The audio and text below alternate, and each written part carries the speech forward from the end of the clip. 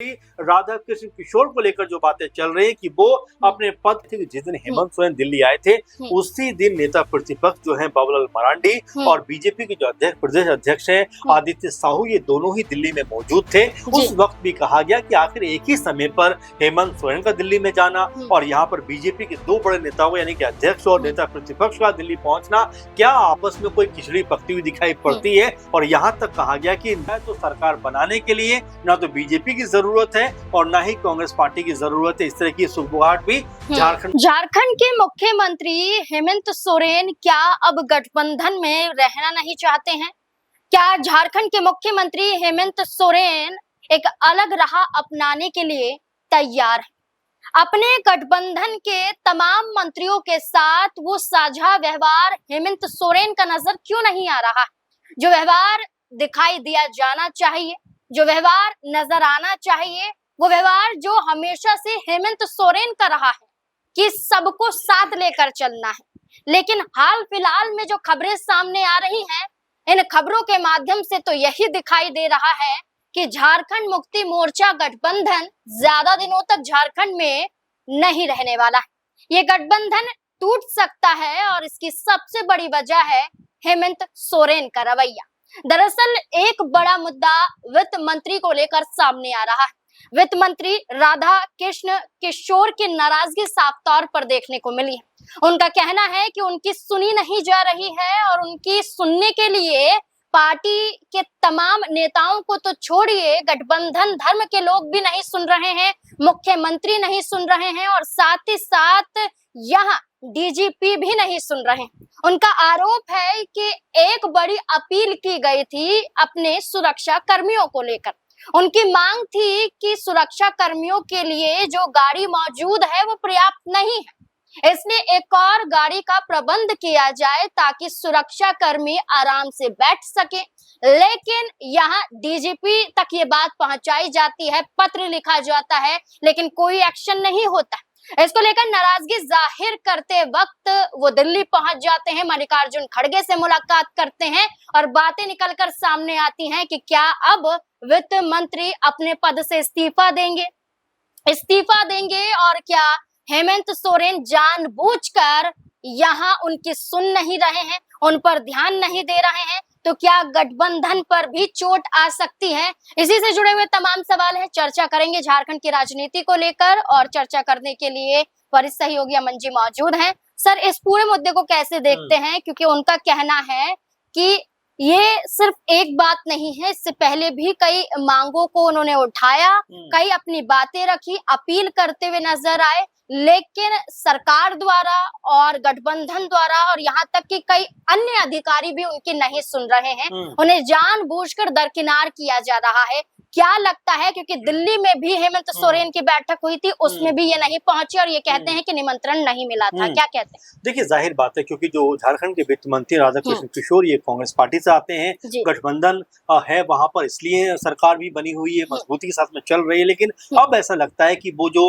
मजबूती है वो कहीं ना कहीं दरकती हुई दिखाई पड़ती है। आप देखेंगे कि लगातार जो वित्त मंत्री है राधा कृष्ण किशोर, वो यहाँ पर जो सरकार के मुखिया हैं, सीएम हैं हेमंत सोरेन, उनको लेकर और खासकर जो डीजीपी हैं उनके व्यवहार को लेकर काफी खुश नहीं है। क्योंकि बीते दिनों भी जिस तरह से उनकी सुरक्षा को लेकर भी तमाम तरह के सवाल उठे, जहां पर डीजीपी और कह सकते हैं कि जिस तरह से उनको खत लिखा गया कि भाई मुझे गाड़ी चाहिए, उसके बाद में उनके ही विभाग के सचिव की ओर से खत लिखा जाता है और एक गाड़ी लौटाने की बात कर दी जाती है। तो फिर ये कहा जाता है कि आखिर कौन अधिकारी इतनी हिम्मत कर सकता है कि उनको गाड़ी लौटाने के बारे में बोले, और क्या इन अधिकारियों को पीछे से कोई बड़ा सपोर्ट है? क्या मुख्यमंत्री हेमंत सोरेन इसके पीछे है? क्योंकि आप देखेंगे कि जो वित्त मंत्री राधाकृष्ण किशोर ये काफी ज्यादा नाराज दिखाई पड़े, दिल्ली चले आते हैं और यहाँ पर जो कांग्रेस पार्टी के अध्यक्ष है मल्लिकार्जुन खड़गे, उनसे मुलाकात करते हैं और उसके बाद में ये खबरें भी निकलकर सामने आती हैं कि जो वित्त मंत्री किशोर है ये अपने पद से इस्तीफा दे सकते हैं। और ये भी सुनने को मिल रहा है कि हो सकता सकता है कि झारखंड इकाई के वो अध्यक्ष बनते हुए नजर आए। तो फिलहाल अभी तमाम तरह की बातें जो राधा कृष्ण किशोर है उनको लेकर सामने आ रही हैं, लेकिन ये भी देखने को मिल रहा है कि कांग्रेस पार्टी और जेएमएम यानी झारखंड मुक्ति मोर्चा के बीच में जो गठबंधन है वो कोई बहुत बेहतर तरीके से आगे नहीं बढ़ रहा है, क्योंकि जब राज्यसभा चुनाव हुए तब भी देखा गया कि कांग्रेस पार्टी के जो प्रणब झा थे उनको हार का मुंह देखना पड़ा। उस वक्त भी तमाम सारे सवाल खड़े हुए कि आखिर क्या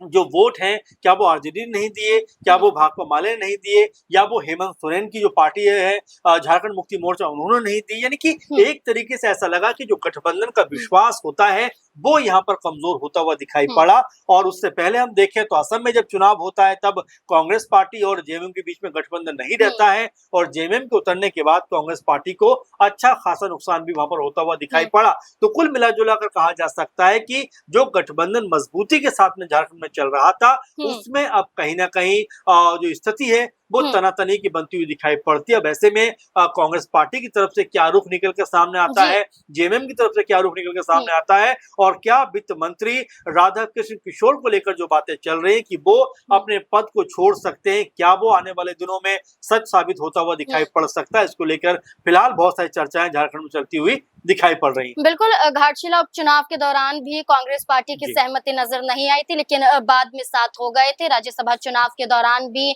एक जेएमएम और एक कांग्रेस के उम्मीदवार को उतारा गया, लेकिन इस बीच में सर ने वाकई सच कहा कि ये आरोप लगाए गए और ये तक कहा गया कि झारखंड मुक्ति मोर्चा की तरफ से ये कहा गया कि आरजेडी ने धोखा दिया, लेकिन अंदर खाने खेल कुछ और नजर आया कि हेमंत सोरेन के इशारों पर कुछ ना कुछ हुआ है। सर, यहाँ एक और बड़ा सवाल जुड़ जाता है कि बीते कुछ दिनों से जेडीयू पार्टी की तरफ से बड़े ऑफर आ रहे हैं हेमंत सोरेन को कि आप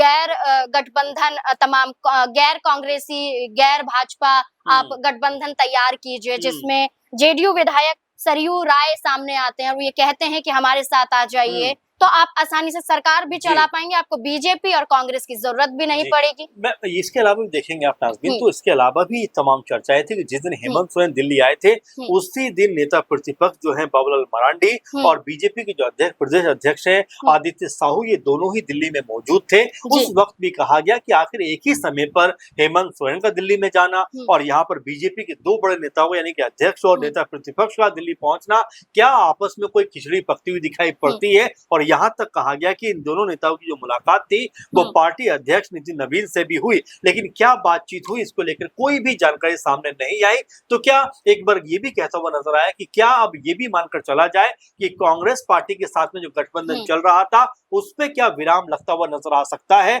और जो दूसरी बात आपने कही कि सरयू राय जो जेडीयू के विधायक है वो भी ये बात कहते हुए नजर आए कि अगर कांग्रेस पार्टी को इस गठबंधन से अलग कर दिया जाए तो बीजेपी और कांग्रेस के बिना भी सरकार बनाई जा सकती है, क्योंकि 34 विधायक तो खुद जो है जो जेएमएम के पास में है, इसके अलावा आरजेडी के पास में 4 हैं, 2 भाकपा माले के पास में, तो मिला जुला कर 40 ये बन जाते हैं। और वहीं जेडीयू और एक जो और भी लाने की बात वो करते हैं, यानी कि 41-42 का पूरी तरीके से यहाँ पर आंकड़ा रखते हैं और ये कह देते हैं कि देखिए ये आंकड़ा अगर बन जाता है तो सरकार बनाने के लिए ना तो बीजेपी की जरूरत है और ना ही कांग्रेस पार्टी की जरूरत है। इस तरह की सुगबुगाहट भी झारखंड में चलती हुई दिखाई पड़ रही है। लेकिन यहाँ जिस तरीके से अब जो वित्त मंत्री राधा कृष्ण किशोर लगातार उनके जो सुर है वो मुखर होते हुए दिखाई पड़ते हैं, लगातार उनकी जो नाराजगी है वो चरम पर पहुंचती हुई दिखाई देती है। वैसे में कांग्रेस पार्टी का रुख क्या रहता है देखना होगा।